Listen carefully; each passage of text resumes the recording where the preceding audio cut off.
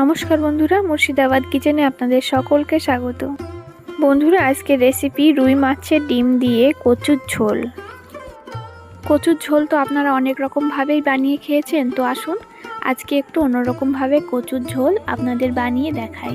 এই যে আমি রুই মাছের ডিম নিয়ে নিয়েছি, আর এইদিকে একটা মিক্সিং জার নিয়ে নিয়েছি, আর মিক্সিং জারের মধ্যে কাঁচা পাকা লঙ্কা নিয়ে নিলাম। এবার লঙ্কা নেওয়ার পর পেঁয়াজ কুচি আর রসুন নিয়ে নিলাম, আর রসুন নেওয়ার পর একটু আদা নিয়ে নেব, আর সাথে একটু সর্ষে দিয়ে মশলার একটা পেস্ট বানিয়ে নেব।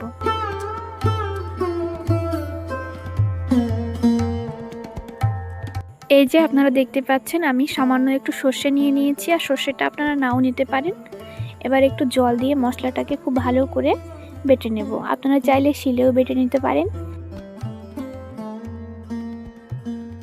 আর আপনারা দেখতেই পাচ্ছেন আমি কচুটাকেও খুব সুন্দর করে কেটে ধুয়ে নিয়ে নিয়েছি, আর এইদিকে আমার মশলার পেস্টটা বানানো হয়ে গেছে। এবার আমি মাছের ডিমটা নিয়ে নিলাম। মাছের ডিমের মধ্যে প্রথমে 1 চামচ মতো চালের গুঁড়ি নিয়ে নিলাম, আর চালের গুঁড়ি নেওয়ার পর একটু কর্নফ্লাওয়ার নিয়ে নিলাম। কর্নফ্লাওয়ারটা আমি 3 চামচ মতো নিয়ে নিয়েছি, আর কর্নফ্লাওয়ার নেওয়ার পর সামান্য লবণ, সামান্য একটু হলুদ, আর একটু ধনে ও জিরের গুঁড়ো দিয়ে দিলাম। আর ধনে ও জিরের গুঁড়ো দেওয়ার পর একটু লঙ্কার গুঁড়োও দিয়ে দেব।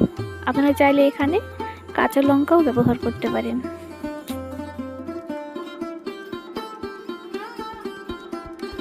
এবার সমস্ত উপকরণগুলো দেওয়ার পর খুব ভালো করে ডিমটাকে এভাবে ফেটিয়ে নিতে হবে। তো আপনারা এভাবে হাত দিয়ে খুব সুন্দর করে প্রথমে ফেটিয়ে নেবেন। বন্ধুরা, আপনারা অনেকেই আছেন ডিম এভাবে ফেটিয়ে খেতে চান না, তো এভাবে আপনারা নাও করে নিতে পারেন। আর এভাবে করে নিলে ডিমগুলো ভাজার সময় যে গায়ে ছুটে পড়ে সেটা পড়বে না, আর খেতেও খুবই সুস্বাদু হবে। এবার আমি উনুনের ওপর কড়াই বসিয়ে দিয়েছি, কড়াইতে সরিষার তেল দিয়ে দিয়েছি। এবার তেলটাকে খুব ভালো করে গরম করে নিয়েছি, তারপর মাছের ডিমগুলো তেলের ওপর বসিয়ে দিচ্ছি। এবার খুব সুন্দর করে মাছের ডিমের বড়াগুলোকে ভেজে নেব।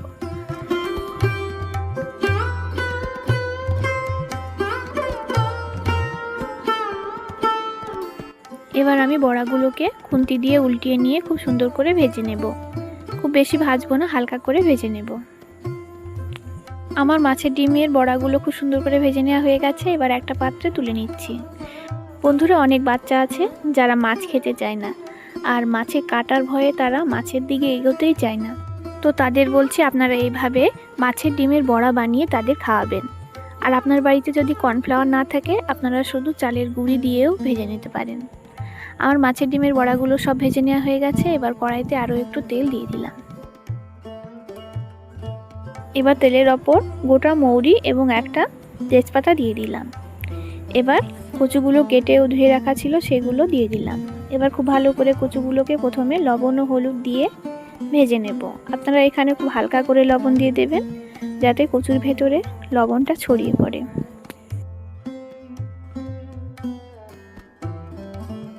আপনারা দেখতেই পাচ্ছেন আমি কচুগুলোকে খুব সুন্দর করে ভেজে নিচ্ছি, আর ভাজা ভাজা হয়ে গেছে।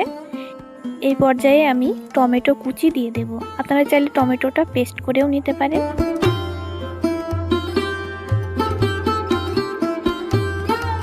টমেটো কুচিটা দেওয়ার পর আবারও খুব সুন্দর করে আমি ভাজা ভাজা করে নেব,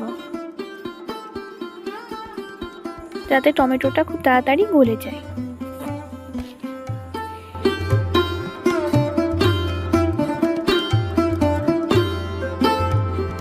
আপনারা দেখতেই পাচ্ছেন প্রথমে আমি হলুদ সামান্য করে দিয়ে দিয়েছিলাম। এবার আরও একটু 1 চামচ মতো দিয়ে দিলাম, আর সাথে 1 চামচ মতো লবণও দিয়ে দিলাম।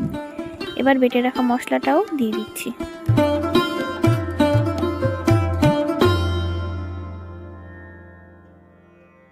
বেটে রাখা মশলাটা দেওয়ার পর আমি একটু মশলা ধোয়া জল দিয়ে দিলাম। এভাবে আমি মশলাটাকে খুব সুন্দর করে কষিয়ে নেব। এবার আমি ধনে ও জিরের গুঁড়ো দিয়ে দিলাম।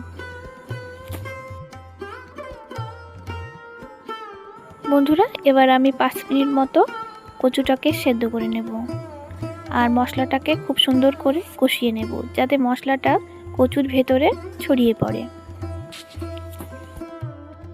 এইভাবে আমি 15 মিনিট মতো খুব ভালো করে কচুটাকে কষিয়ে নেব।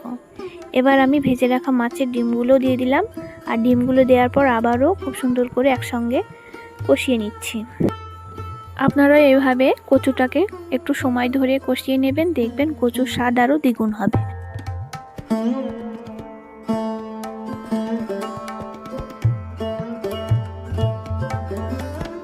আর সবার মুখে শোনা যায় রান্না নাকি একটু সময় ধরে কষিয়ে নিলে রান্নার স্বাদ আরও বেড়ে যায়। তার জন্য আমি এখানে একটু সময় ধরেই কষিয়ে নিচ্ছি।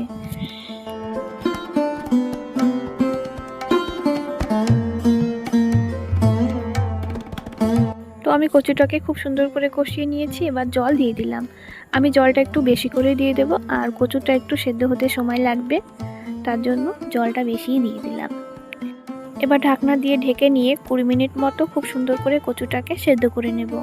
20 মিনিট পর আবারও আমি আপনাদের সামনে ফিরে আসলাম।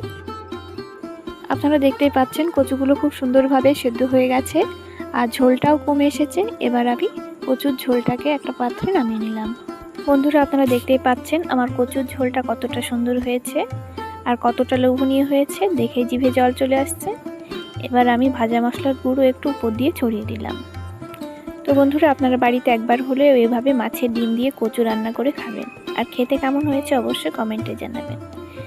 ভিডিওটি ভালো লাগলে অবশ্যই ভিডিওতে একটা লাইক দেবেন। আর আজকের মতো এখানে বিদায় নিচ্ছি। ভালো থাকবেন, ধন্যবাদ।